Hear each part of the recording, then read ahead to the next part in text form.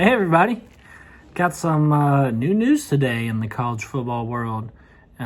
Pretty much keeping the off season exciting for everybody. So Tennessee, everything going on there. It's been nice to keep up with that, especially since we have no football to watch. So we get to watch the Tennessee coaching carousel go round and round. So let's see what we got here. Josh Heupel, the new coach for Tennessee. He used to be the UCF coach. He comes in after that 2017 season where the best season ever, pretty much, where Georgia lost in the Natty, and Alabama won it, but at the same time, UCF had gone undefeated, and so they only got a crappy bowl where they beat Auburn and claimed it themselves. So that Scott Frost, that coach, went on to Nebraska, and comes this Heupel guy, and Josh Heupel. And he, so what's his record been since he's got to UCF? Let's see. He lost one game in 2018. 3 in 2019, and then 4 in 2020. 2020, of course, being the COVID year. A lot of people kind of treat this year like it's a normal year, but I tend to be kind of like easier on teams this year, just because you had no practice or spring practice, everything, missing players, postponed game, and just everything. So I tend to give teams that are usually good the benefit of the doubt, like Penn State. I feel like a lot of people forgot about Penn State this year just because they did so horribly. But, they turned it around. They got back to themselves, and they'll be back next year. And I think UCF will be too, or at least they would have. But now their coach is gone, so now they have to go through another coaching change. So they had a decent year this year, 6-4. Lost only by 3 points to Cincinnati. Not a lot of teams got close to doing that. So Cincinnati blew out most of their competition, and UCF was right there with them. Then, of course, Cincinnati goes to on to Georgia. So a lot of the UCF fans are saying, like, they're glad to see him go. He was trending downwards. I mean, you can't go undefeated every season, is my opinion. So I didn't think he was doing bad. What would have really been the deciding factor was probably this next year. He would have probably had to at least do another, if you don't count the 2020 season, he would have had to at least do no more than 3 losses this next year coming up. You'd start to expect a little bit of improvement there. You'd want the recruiting classes and everything. You give them a new coach. You give them the benefit of the doubt for a few years, I think. But well, I guess that'll be all up to speculation now, because he's headed to Tennessee, and he's going to do poorly there for a while, for a few years. Okay. Yeah, I don't think he's going to do very well these next few years. I don't really think anybody is. So, Tennessee fans, you'll just have to be a little bit patient with them. But, it looks like all of his recruiting is pretty much ruined for now. They're getting hit with all these sanctions from Pruitt cheating. We don't know what those punishments will be yet. Probably won't. Who knows? They might get it easy. I don't know. But might get a bowl ban, might get some fines. They probably won't be going any balls anyway. All of their all their best players are in the transfer portal, and all of their top recruits want out. So where their top 15 recruiting class will drop down considerably.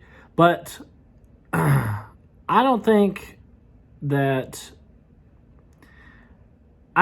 like the end of the world. They'll still beat, they'll still beat the FCS teams. They're still gonna have a decent enough. They're an SEC school. They're a recognizable name. For example, Vandy. Okay, they're usually around 50 in the recruiting.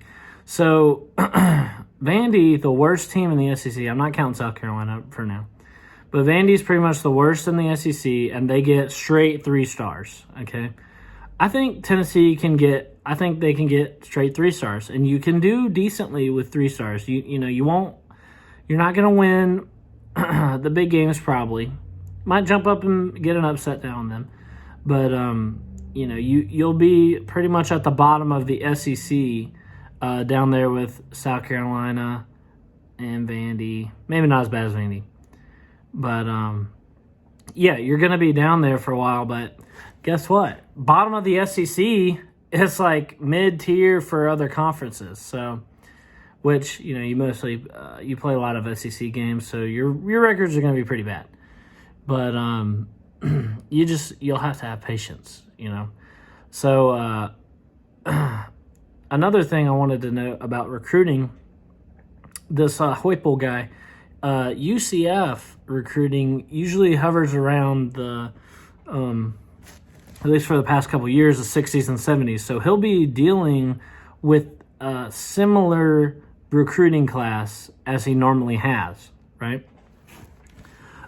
So it'll be basically his skill, basically the same skill level, but playing in the SEC, much tougher competition. So he'll have a couple times, but it's not like he'll be, you know, playing with the crappy, you know, working with nothing here. Let's face it, you know, SEC teams are just a cut above the rest. They recruit, on average, better than the rest of the conferences. So, yeah, I don't think you'll have great success, and whatever you do, it will have to be it'll just be a long recovery process. You're going to have to be patient. Okay, you can't fire them after 3 years once you know the sanctions have ended and you got your eye on somebody else we never heard of.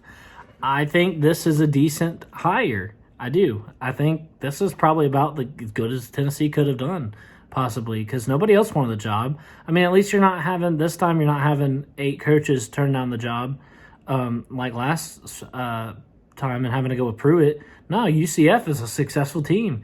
And a lot of people say that this Heupel guy was riding the wave of what Scott Frost left him. Well,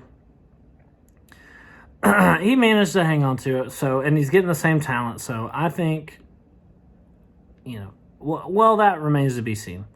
Whoever were to come to Tennessee is not going to find quick success.